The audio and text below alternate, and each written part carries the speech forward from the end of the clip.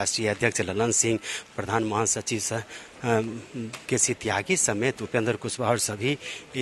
बड़े नेता यहाँ पे मौजूद हैं। लगभग 30 राज्यों के प्रतिनिधि यहाँ पे मौजूद हैं और यह जो बैठक हुई है इसके पहले ऑफिस विराट की बैठक हुई थी और उस बैठक में इस बैठक का एजेंडा क्या होगा, उस एजेंडे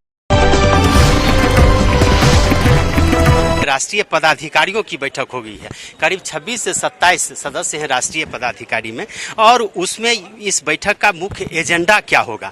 उस पर चर्चा हुई है और वही एजेंडा अभी राष्ट्रीय कार्यकारिणी की बैठक में रखी जाएगी। उस एजेंडे पर राष्ट्रीय कार्यकारिणी भी मुहर लगाए और इसमें 90 से लेकर के 100 सदस्य हैं राष्ट्रीय कार्यकारिणी के और 30 राज्यों के करीब प्रतिनिधि हैं। इसके बाद ये जब राष्ट्रीय कार्यकारिणी उस एजेंडे को यानी कि उस प्रस्ताव पर जब मुहर लगा देगी तो कल राष्ट्रीय परिषद की बैठक है, उसमें करीब 275 से ज्यादा सदस्य हैं और वह राष्ट्रीय परिषद एक तरह से कहिए कि जदयू की सबसे बड़ी कमेटी है जिसमें 30 राज्यों के प्रतिनिधि शामिल हैं। तो वह परिषद मुहर लगाएगी और आगामी 2024 की जो रणनीति है, जदयू ने जो रणनीति बनाई है उस रणनीति पर मुहर राष्ट्रीय परिषद लगाएगी। यानी कि जिस तरह से राज्य कार्यकारिणी की बैठक में मुख्यमंत्री नीतीश कुमार को अधिकृत किया गया कि पार्टी के हित में, देश के हित में वो जो भी फैसला लेंगे पार्टी नेताओं को वह मान्य होगा, ठीक उसी तर्ज पर आप कह सकते हैं कि राष्ट्रीय कार्यकारिणी की बैठक में भी यह फैसला होगा और उसके बाद राष्ट्रीय परिषद उस पर मुहर लगाएगी। तो एक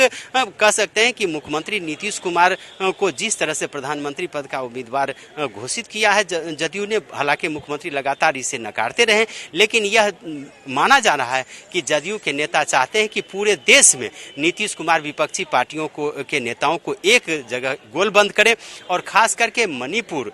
की जो घटना हुई और अरुणाचल प्रदेश की जो घटना घटी है उससे जदयू के नेता काफी आक्रोशित हैं और इस आक्रोश का इजहार उन्होंने राज्य कार्यकारिणी की बैठक में भी किया है। राष्ट्रीय कार्यकारिणी की बैठक में भी इसकी चर्चा होगी और राष्ट्रीय परिषद की बैठक में भी इस पर चर्चा होगी और जदयू के नेता मानते हैं कि बीजेपी ने जो कार्रवाई की है उसके खिलाफ में समूचे देश में विपक्ष को एकजुट करने की जरूरत है और उसके खिलाफ बीजेपी को हराने के लिए पार्टी नेता किसी के भी साथ समझौता करने के लिए तैयार है। तो एक तरह से कहिए कि ये 2 दिवसीय जो रणनीति, हालांकि 1 साल के अंदर ही ये दूसरी बैठक हो रही है। आपको याद होगा अमित कि जब जदयू के राष्ट्रीय अध्यक्ष से तत्कालीन केंद्रीय मंत्री आरसीपी सिंह ने इस्तीफा दिया था तो राष्ट्रीय अध्यक्ष बनाए गए थे ललन सिंह और उस समय भी राष्ट्रीय कार्यकारिणी की बैठक हुई थी, राष्ट्रीय परिषद की बैठक हुई थी। लेकिन 1 साल के अंदर ही जो परिस्थितियां, राजनीतिक परिस्थितियां बदली हैं बिहार में और बीजेपी से नाता तोड़ करके जिस तरह से जदयू महागठबंधन में आई है उसके बाद ये राष्ट्रीय कार्यकारिणी और राष्ट्रीय परिषद की बैठक